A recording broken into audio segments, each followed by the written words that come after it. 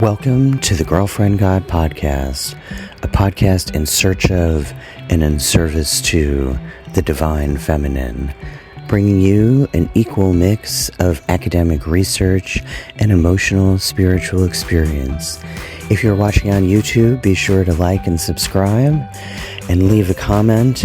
If you enjoy this podcast, share it with your friends, rate and review it if you're listening on a streaming platform. Follow on social media on TikTok, Instagram, and Facebook. Now, let's get in the flow.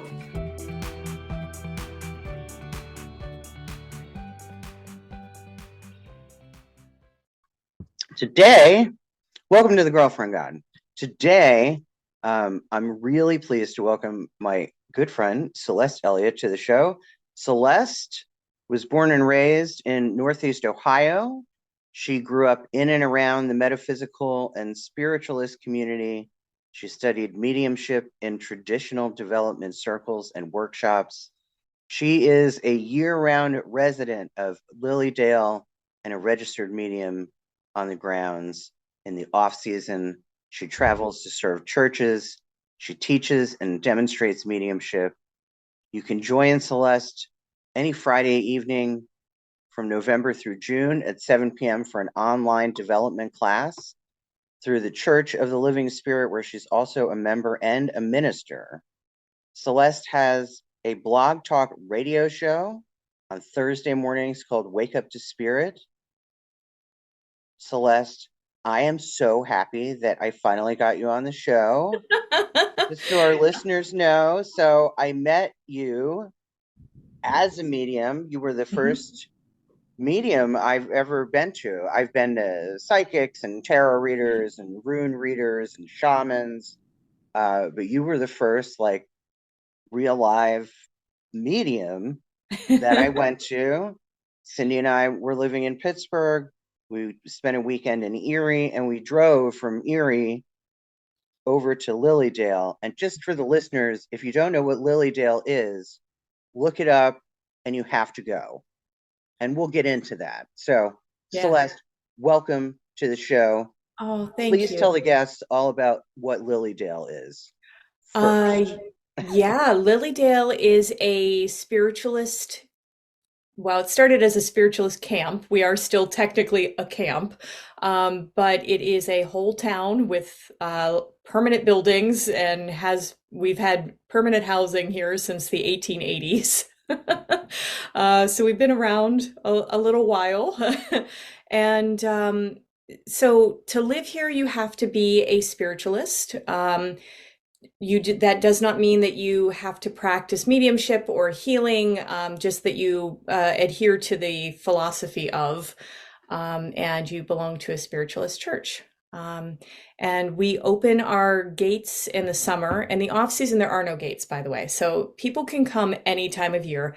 But we have a summer camp season where we have classes and workshops and events and things on just about everything spiritual and personal growth and development that there is. And that mediumship is part of spiritualism. That's one of the hallmarks.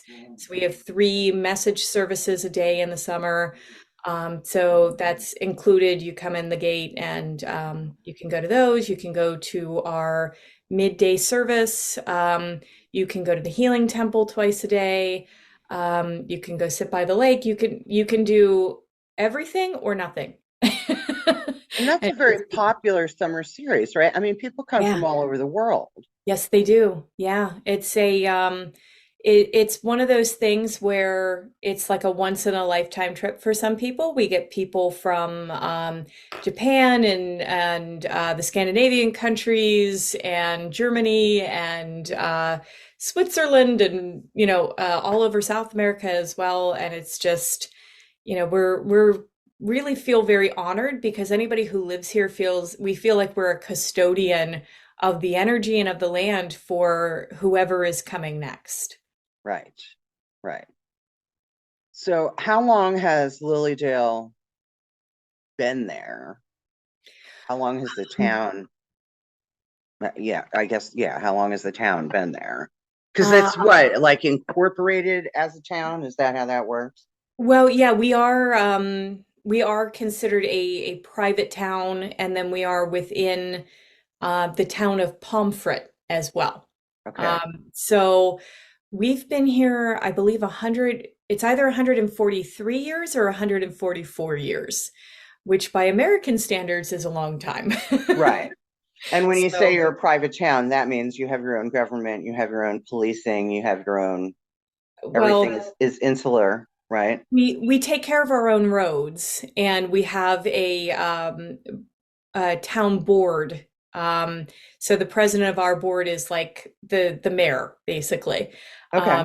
They're elected by, we have an annual meeting because we're a corporation, and we elect these our friends and neighbors, and they help make the policies.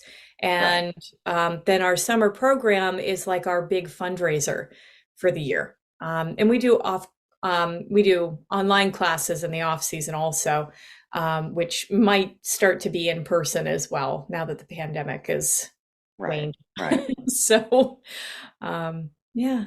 So when you say, so to live in Lilydale, you have to be a registered medium, right? Nope. You just have to be a practicing spiritualist. Okay. Why did I think it was the other way around, that you had to be a registered medium? Oh, maybe it's just because statistically it's where you have the most registered mediums living in one place. Yeah. So, okay. Yeah, and registered medium is very much a Lilydale term. It means that because we have mediums who aren't registered here also, Right. they hit Well, and Magic Circle or whatever. But that means that they've gone through the testing process. So it's not just anybody who comes and starts taking clients. right, It's actually like a 2-year testing process, that you have to show that you can do public work and you can do private work, and your values are similar to what the town expects. And yeah, so it's very much, anybody who works here also does about 60 hours of volunteer work with their mediumship in a 10-week season. Because you've got the outdoor services, you've got Monday night circles, you've got, the 2:30 services. So that's part of what we do also. so you don't even have to be a medium. That's interesting. That's interesting. Um, so let's talk about mediumship. So I want to make sure that we cover all the topics. So Yeah. I titled this episode Mediumship, Goddess Gifts from Dead Ancestors, and Can We Have the Term Spiritualist Back? Yes. So, okay. So let's talk about mediumship, because that's something we haven't talked about on this show, Yeah, like at all. absolutely. What is it? Are you born with it? Can you be taught it? How does mediumship tie in with spiritualism? Like, which came first, the chicken or the egg? You know what I mean? Did spiritualism as a religion come first, and then Right. mediumship was recognized as part of that, or was it the other way around? Let's Mhm. let's talk about that. Okay, let's dish. So, mediumship and the philosophy of spiritualism. Um, so first off, the incorporation as a religion came after the practice of the philosophy. That had been going strong for about 100 years in various ways. So this goes back to really before the Victorian era. We refer to spiritualism as modern spiritualism because the um, growth of the philosophy had been going before then. Mediumship had been going before then. So spiritualism we refer to it as an active religion, and it is the practice of meditation, knowing yourself, going within. It is spiritual healing, which is can be done as distant prayer work, sending energy, laying on of hands, but not in a way that nobody gets smacked in the forehead. It's not like the the 80s televangelists, you know. Um, and also mediumship. And mediumship, of course, has gone on since the dawn of early man. That's not a new thing. But, you know, we had to, especially due to colonialization and coming from a puritanical past with, you know, with the modern founding of this country. Mhm. Let me Um, interrupt you and ask a question. So, yeah. when you say that that's been happening since the dawn of man, Oh, um, sure. I assume that there is uh, that research has been done about that, that there's archaeological and anthropological evidence of that, just as there is with any other supernatural or occult based or metaphysical Yeah. tradition, right? Yeah. Between oral traditions with indigenous peoples and written traditions, and if you go back to the Greeks and the Romans, you know, you have traditions of like who was serving in the various temples, and Right, that because we was have the part of their oracles, function. right? Yeah, I mean, the exactly. Oracle of Delphi, that's the oracles were mediumship. I never Yeah, really thought about it that way, but that's yeah, yeah. essentially what that is. So, And there's a lot of biblical references also. right, right. And of course, you know, over time, the biblical texts were monkeyed with a bit, added on to, the meaning was That's a whole changed. other episode, That's a whole Celeste. other episode. But yeah, there's tons and tons of records with that. And it was something that um, you know, in the past, you would have somebody who had the natural gift, and they would be taken into some sort of religious group or cloister, and they would have been taught and trained. And then for the longest time in our culture, we sort of suppressed it and said, well, if you're doing this, it's the work of the devil, sort of thing. Right, right, So, and at the same time, um, because the larger culture was of that kind of Judeo-Christian background, there was there was this energy of sorry, my thought left me for a hot second, that's so you okay. might have to edit this, but That's um, okay. That happens to me all the time. oh my gosh, Celeste, where were you going with this?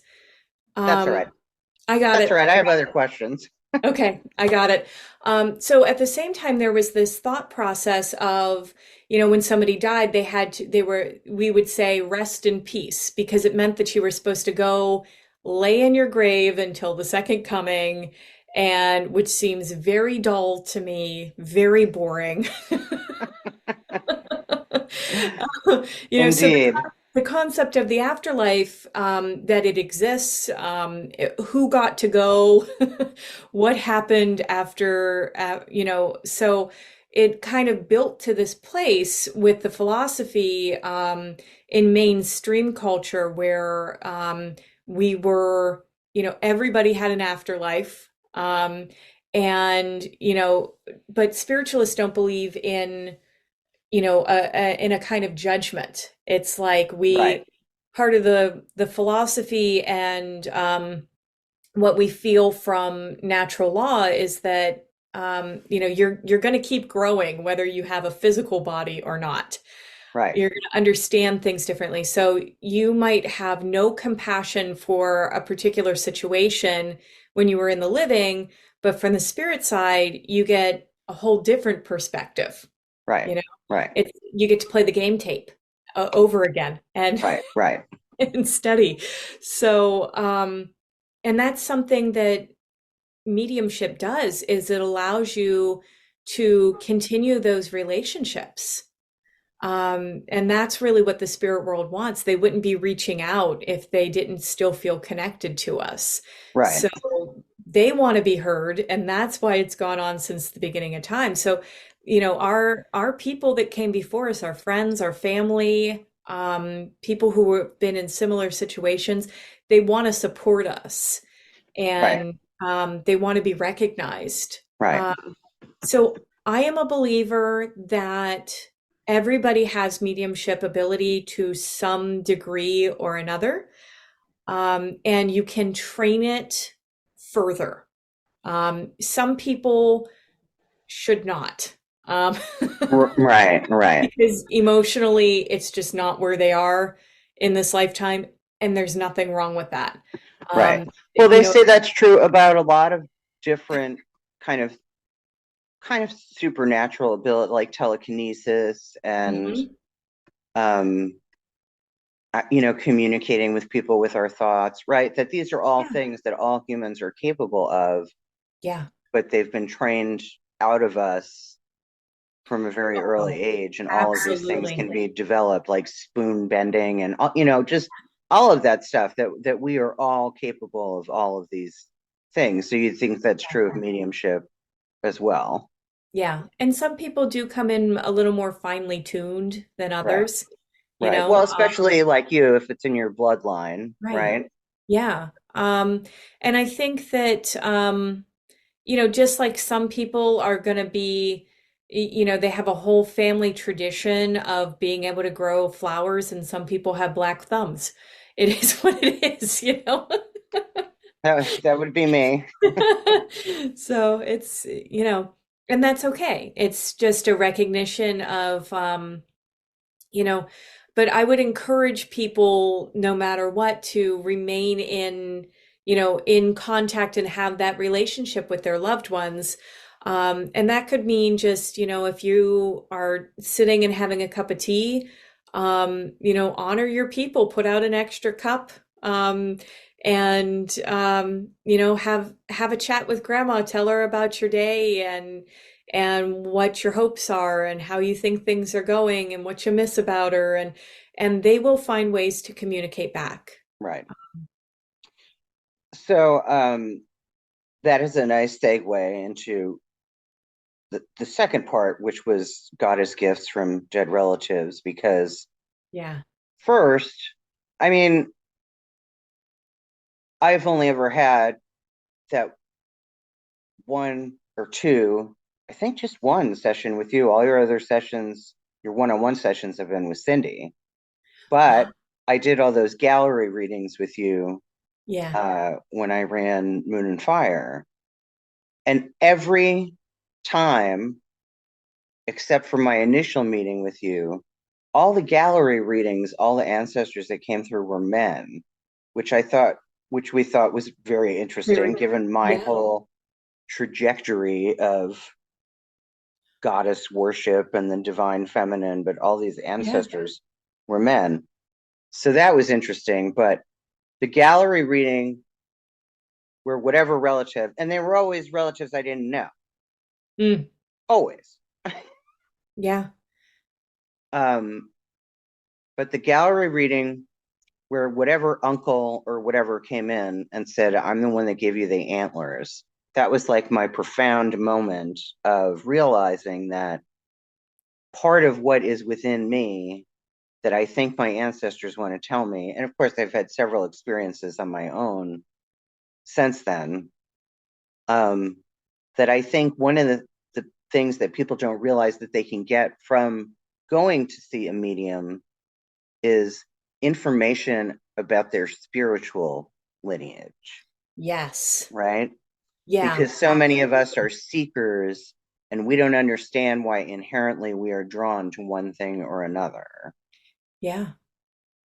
So Absolutely. I've discovered through my own talking to my ancestors and getting to know my ancestral line and getting to know the land from which we came, all Yeah. of that has uncovered like why I have always felt drawn to and always wanted to travel to like Eastern Russia and Siberia. And like, whose dream is it to go to Siberia? I mean, you know what I mean? Most people want to go to, if you go anywhere in the world, where would you go? Most people are like, oh, I want to go to Scotland, or oh, I want to go to Hawaii. And I'm Right. like, I want to go to Siberia and see like the frozen tundra. You know what I mean? But I have had ancestors come to me in dreams or guided shamanic visions or whatever, saying this is, you have these visions because this is where you come from, Exactly. and you follow this antlered goddess because there is legend there in these lands. Yes. um and like I said, I think most people that go to mediums, I mean, most people go to mediums because they want to talk to their dead relatives, right? Because someone died that they miss. I Right. mean, not always, but I would think that's the Yeah. most common thing that sends people to mediums, right?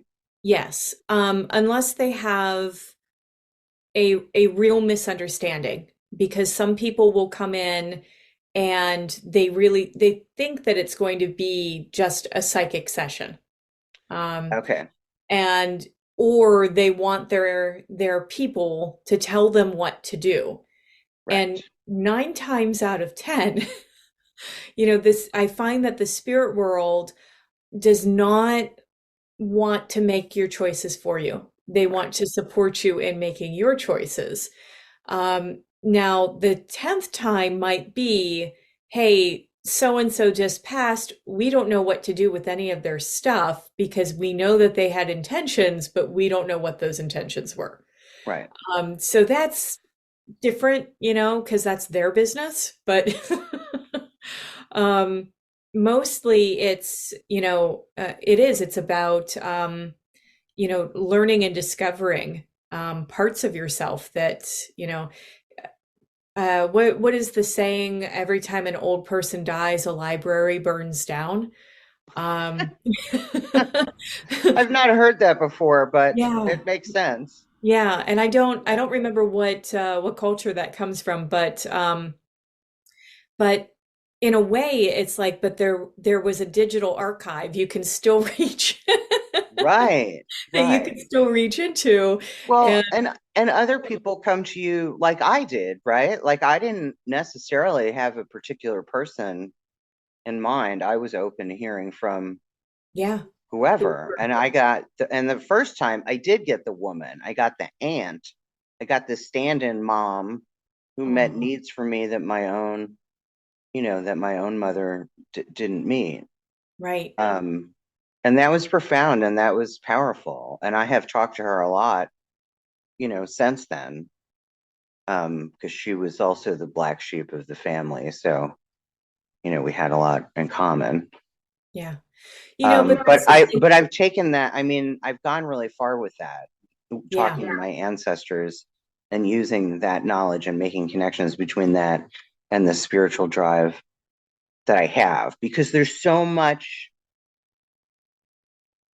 I mean, you know me and you know what I'm about and you know what my beliefs are. And so right, much of that comes from my dead relatives, yeah, right? yeah.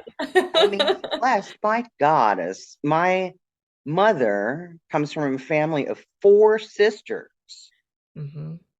and my maternal grandmother, I mean, my grandfather died before I was born, and my mother was young. She was in like her early 20s.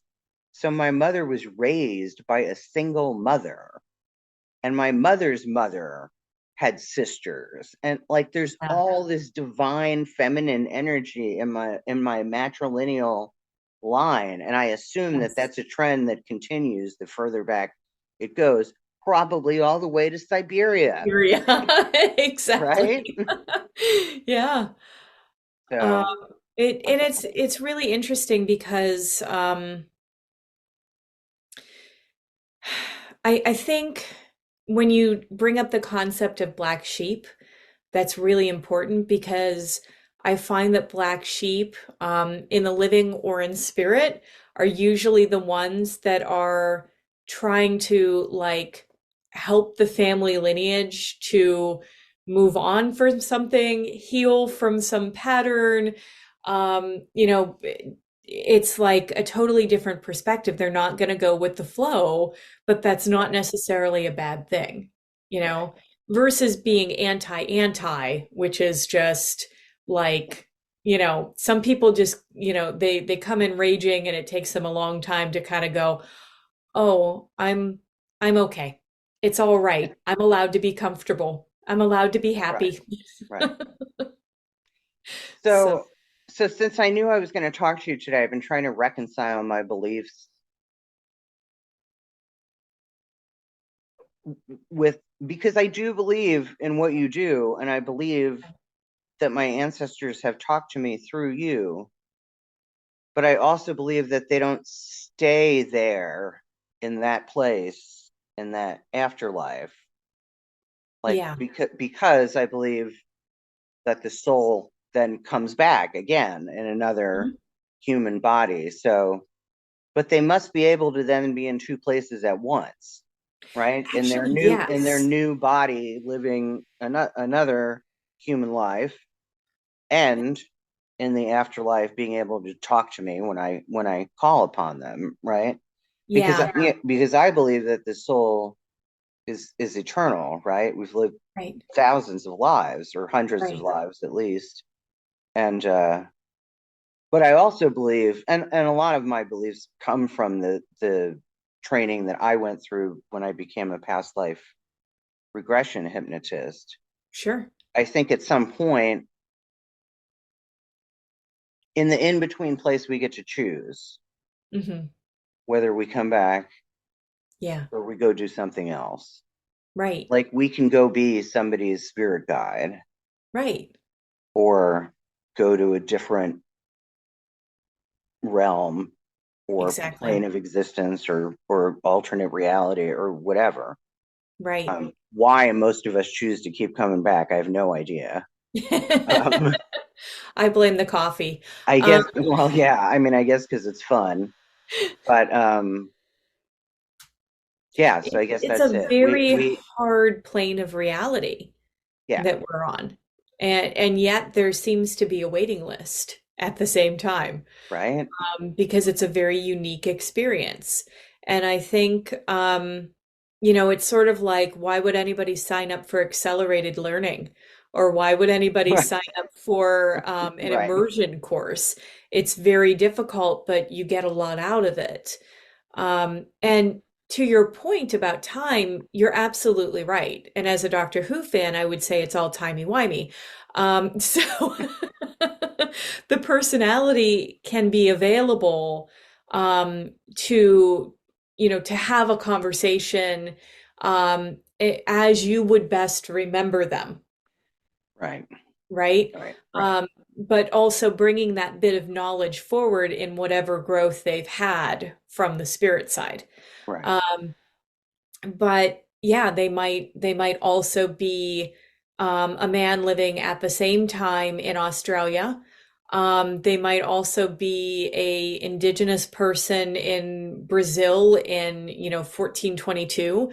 Um, right, right, right, right, so and that's the other thing because we think of time in a very linear way. right, and it Um, really isn't. but yeah, exactly. It's all happening all at once. We are all animated by spark of divinity, no matter, and different facets of divinity that we need within ourselves. So it's really very fascinating. It really is. And I could talk about that stuff for hours. So let me ask you this, because I'm sure that this is something that happens with mediums a lot, I imagine. I'm sure that people get frustrated when they come wanting to talk to a particular person, but you have told me that you are rather powerless over who shows up to talk to I that I person. can't make anybody do anything, living or dead. And I imagine that people get frustrated with that, right? Like, I just Yeah, lost my wife. I want to talk to my wife, but yeah. the wife isn't who shows up. It's my, third cousin that I haven't seen in 30 years, Hmm. before they died or Yeah. whatever.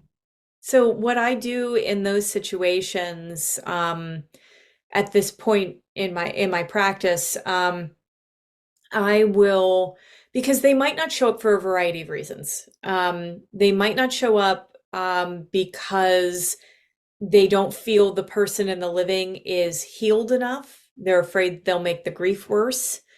And so in that way, it's hard for them, but it's a very considerate thing. They might not have believed in mediumship when they were in the living, and they're not really sure about that yet. They might not know how to communicate with a medium, or they might just be, if they were very, very private, they might, y- think, oh my God, I would never have a conversation with somebody I love through a third party. Um, Right. because I would be so embarrassed. That's just, like they're very shy or they're very introverted and that would be too hard for them. So they find other ways to connect with you then. Um, they might come in the dream state. They might send you all kinds of signs or you might find old letters from them that are really expressing how they felt.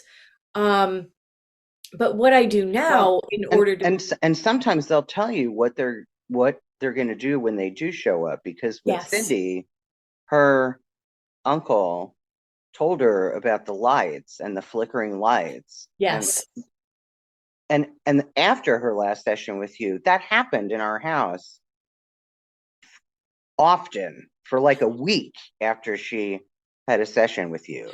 yeah, Like every light in the house. yeah.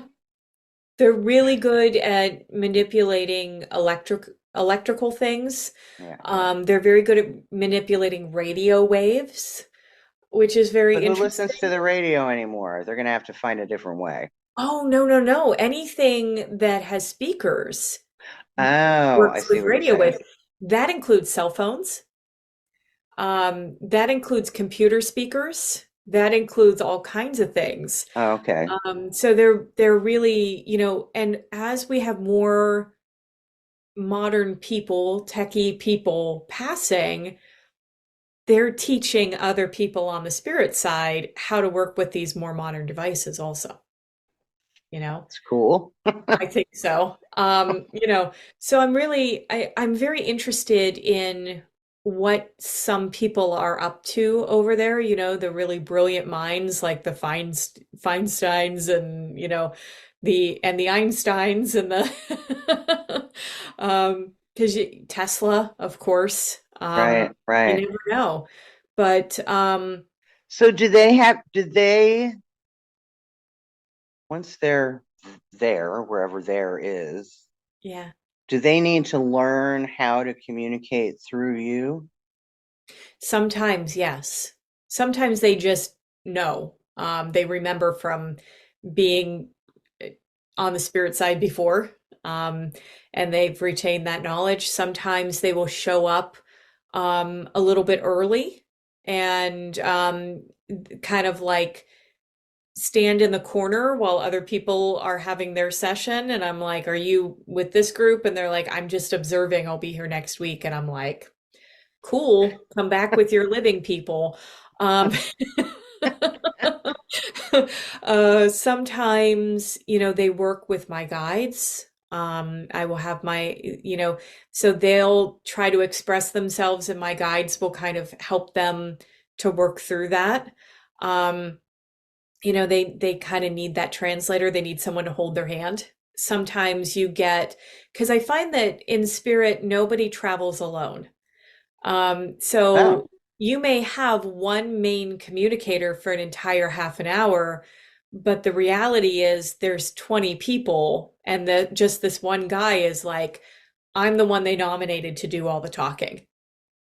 Um, and I just try to honor that. But if somebody has passed and they're not willing or able to come through for whatever reason, what I now do is I check with the people who did turn up, or I check with their guides and I say, hey, give me the lowdown. What are they, where are they? Are they okay? What are they up to? What's going on? So if somebody doesn't turn up for a mediumship session, it doesn't mean that something has gone terribly wrong. Right.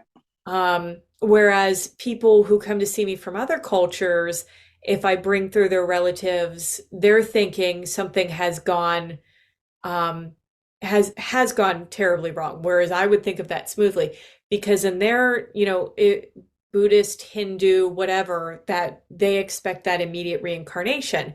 And then it Right. goes back to that conversation you and I had about, but the personality is always reachable. It's the difference between the spirit and the soul.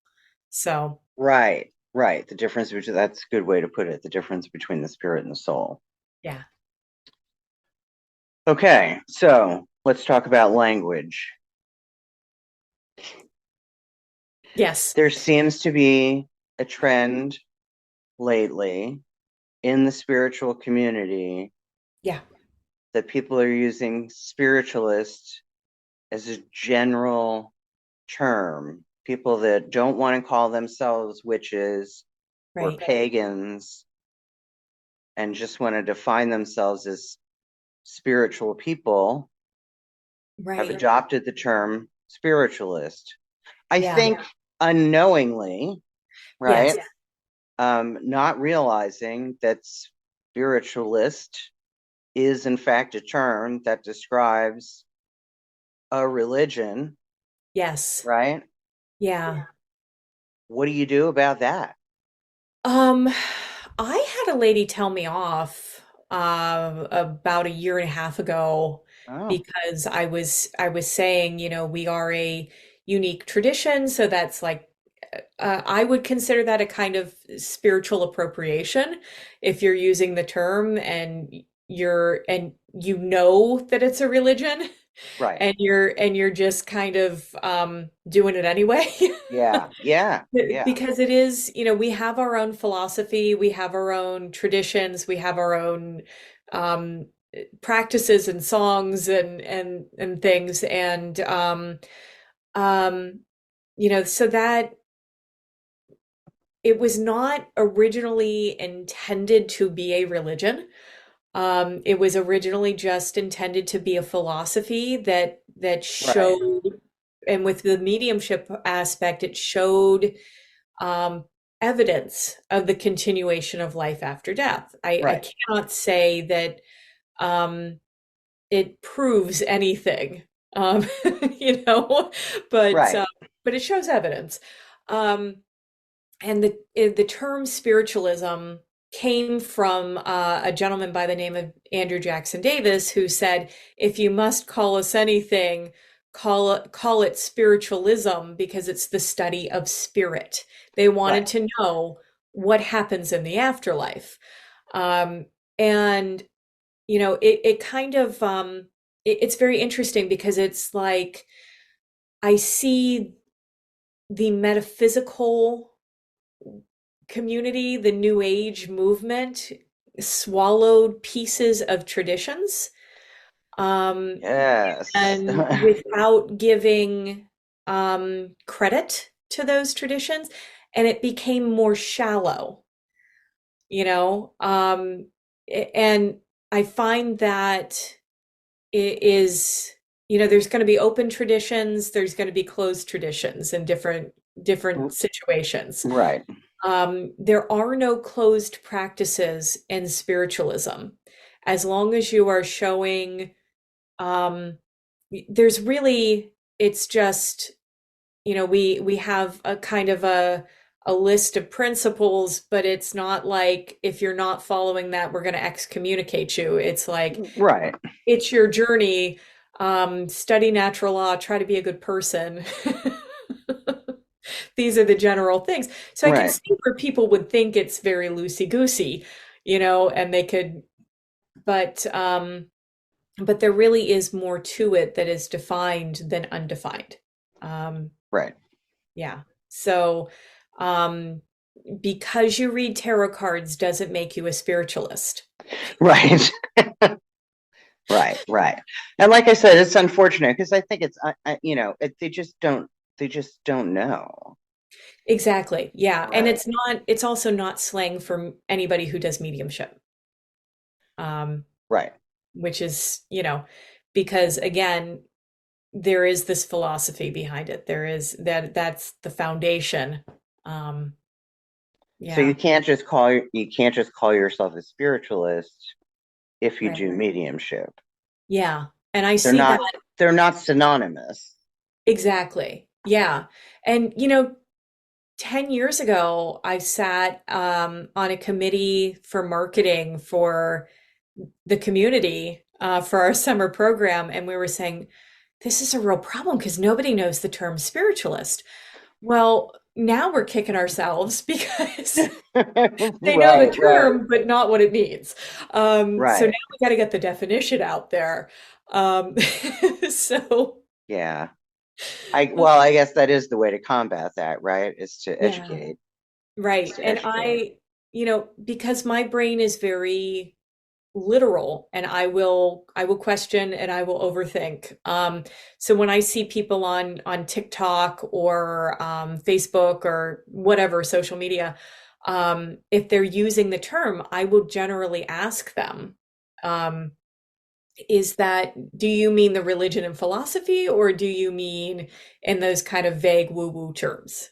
Um, and I try to do that in a really, really respectful way because Right, it is genuinely me out of curiosity, right, not me being like, you're not using it right. Um, right, right. so I haven't been banned from anything yet, but we'll see. Okay. We'll see how it Good goes. good on you. Yeah, Yeah. I can relate.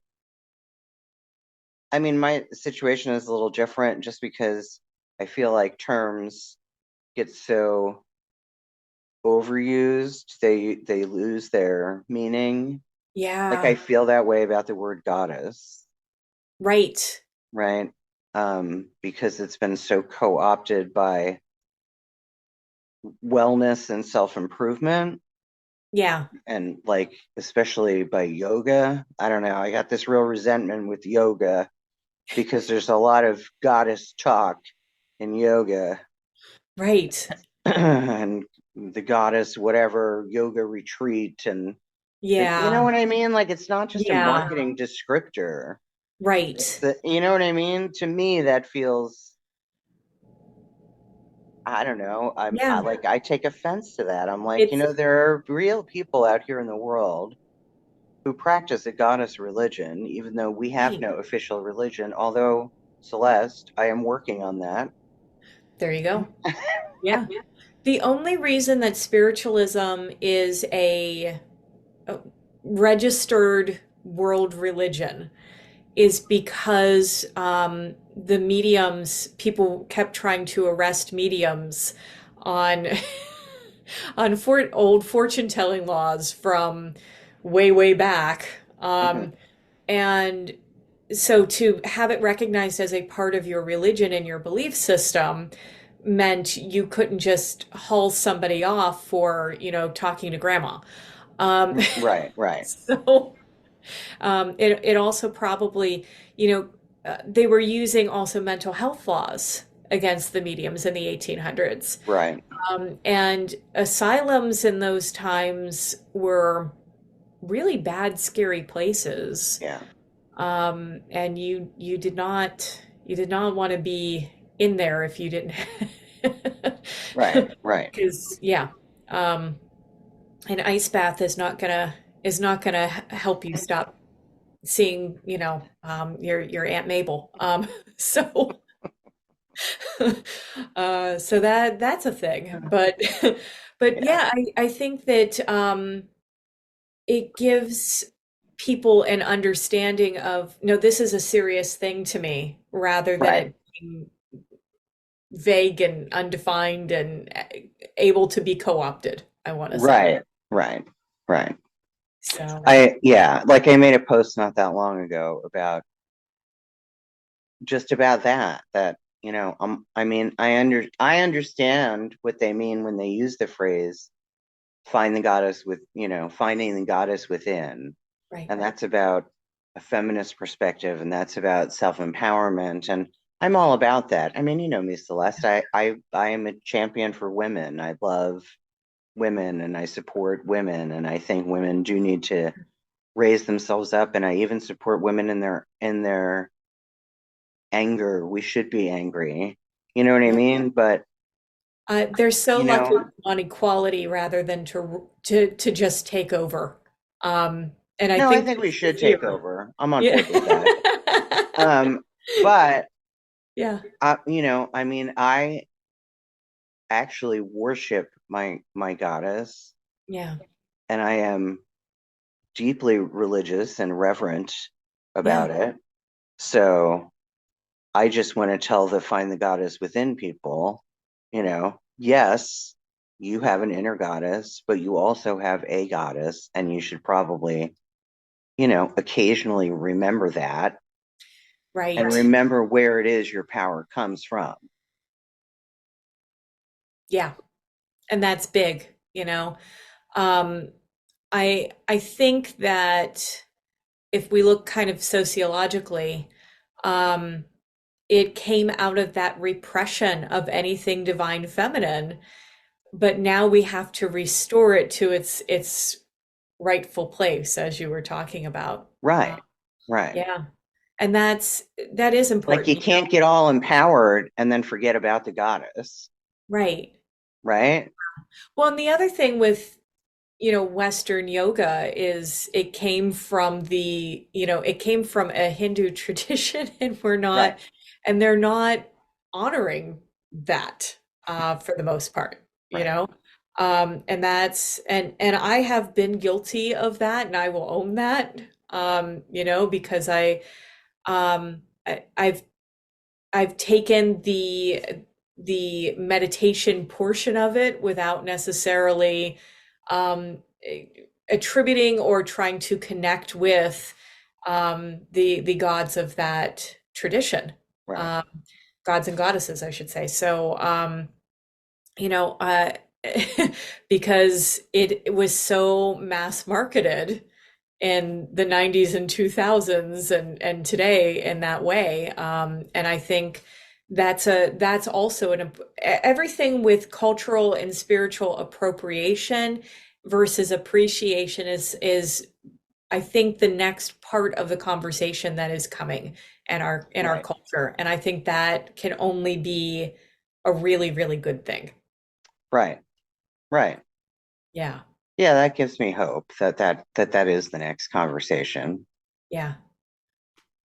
Well, apparently we're starting it, so Yeah. Yeah. so good for us. Yeah. Well, and a lot of that is just like where we are in social media and the content that we see in our feeds and the people that we follow and all of that. Because you know, uh, a friend of mine and I we've been had a lot of conversations lately about how we feel about spirituality for sale, right? Yeah, And I'm sure that you have thoughts about that as well. And the ethics of doing something spiritual, but doing it for a living, and you do have to support yourself, and right. just all of those kind of ethical questions. And I'm sure, I mean, you guys go through that too, right? I mean, you get paid Exactly. to do what you do, Yeah, because your time is valuable, and what you do does come at a cost, right? I mean, it takes energy to do what you do, and it takes a toll over time. right. Anything, I call it, like when I do past life regression or when I spiritually counsel someone, Mhm. I call it soul work. And soul work is Yes. exhausting mentally, physically, Yeah, emotionally, yeah, right? Like do soul work all day. And it's right, the same thing as going to an office all day. It's right. exhausting, right? Well, the thing is, it's the way our culture is with capitalism, and I'm just acknowledging where we are, where um, in traditional cultures, people who did this work were supported by the community, and it Right, and so that was their job, their main function in the society, but it was also like, okay, we're going to keep the sacred sacred, so they're not going to have to worry about other things. right, Somebody's going to bring them firewood. People are going to put together and share what they've hunted and gathered. right. And then they will be there to support our spiritual needs, and do that work within the community. Um, so I really think that in 100 years, somebody will be, two women will be having the same conversation, and I think things will look very different. I do too. I think that we are on a trajectory Yeah. of that kind of change. I believe that we are on the trajectory of turning back to the divine feminine. Yeah. I think that that's a cycle, right? That Yeah. it's not an I accident that agree. we're here. I think that our that worshiping or having a divine feminine versus a divine masculine is probably a cycle that we as a people have been through before. Yeah, and archaeological evidence supports that, and Right. I mean, yeah, archaeological evidence supports goddess worship going back like 30,000 years. So yeah, the exactly. patriarchy can really only claim the last 6,000, maybe. Right. Yeah, exactly. So, but yes, I mean, all signs point to the goddess, right? Like that is the trajectory. But a lot of that, Celeste, I don't think that we're going to see in our lifetime. Probably, well, not in these bodies. Um, Right. but I think moving into the age of Aquarius, that's, it's more compassionate energy, and that's what we Right. think of as traditionally feminine. Right. Um, so that makes a lot of sense. And I think it's natural, like you said, to have these kind of cycles and move through. We're in some sort of I can't remember what it's called. There's some sort of cycle that happens every 26,000 years where the planets align in a way, or they move in a way that creates a circle in the Mm, sky, the way they line up. And we're at the beginning of that happening now, or the tail end of that 26,000 years, or the cycle just started over again. I can't remember where we are, but something with that is happening, that 26,000 year cycle. nice. I'll have to look up what I was reading and I'll send it to you. Thank you. But all right. Yeah, I think we covered everything. yeah. Thank you so, so much for having me. It's been Yeah, a lovely chat. it has. It has. Well, we should talk more often, but I know we're both busy. But I do my part. I reach out Yes, and you do. You've been and very I'm good at like, communicating. hey, how you doing? My friend Sarah in Berlin says that that's my superpower, I creating and maintaining meaningful relationships. That's my superpower. That's what That's she a big tells me. deal. So, Yeah. all right, well, I'm going to do the Zoom thing where the screen's going to go blank and I'm just going to disappear. So, All right. but I will talk with you soon, Celeste. Oh, I have to ask you the three questions that I ask all the guests at the end of the show. I almost Please do. forgot. I almost forgot. Because this episode felt so very complete. Right. Okay. But actually, I'm going to pause because I have to pee. No problem. So I will be right back. I'll be right here.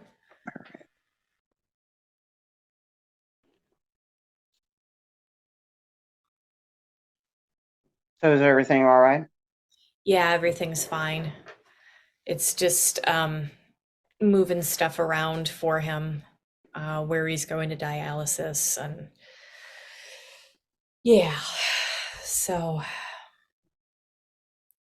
process. Yeah, I understand. Yeah. It's it's an honor to be part of a club that nobody wants to be Right. in.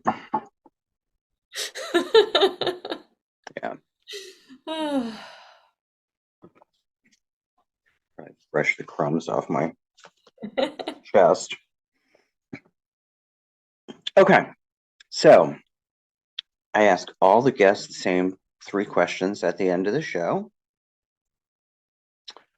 So your first question is, tell me something about you that people that know you would be surprised to learn.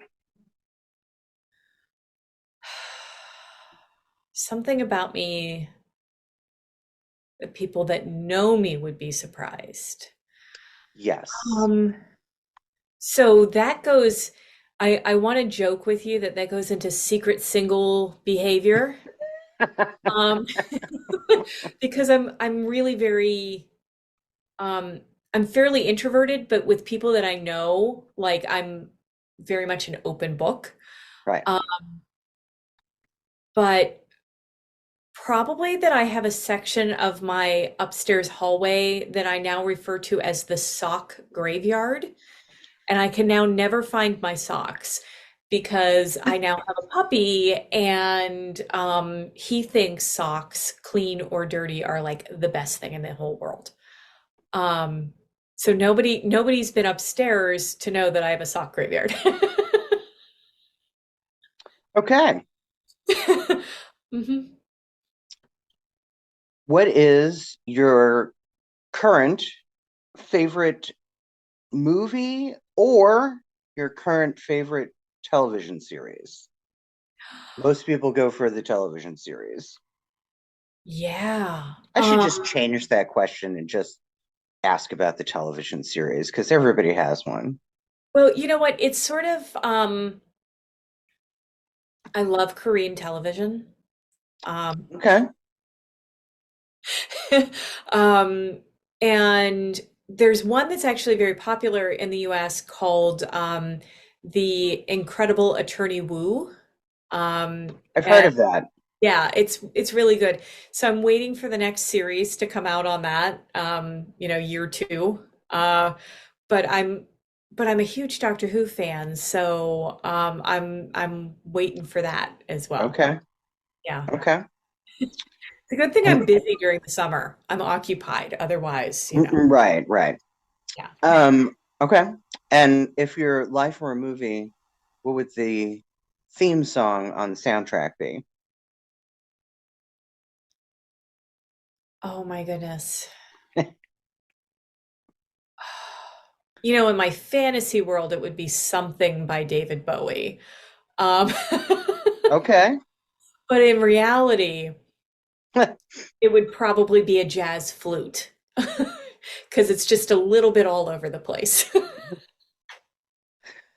But you gotta pick a particular song. So Oh what my has a goodness. lot of jazz flute in it? I don't know that anything has a lot of jazz flute in it. Um, except for, yeah. Um,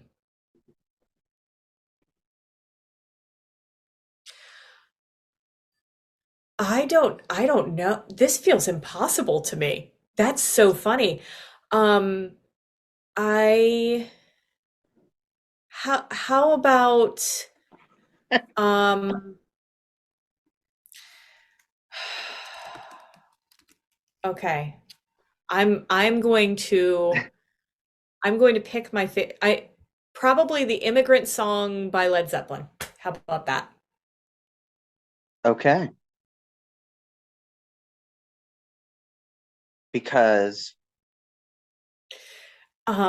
Because it's never boring. There's never a time I don't want to hear that song. okay.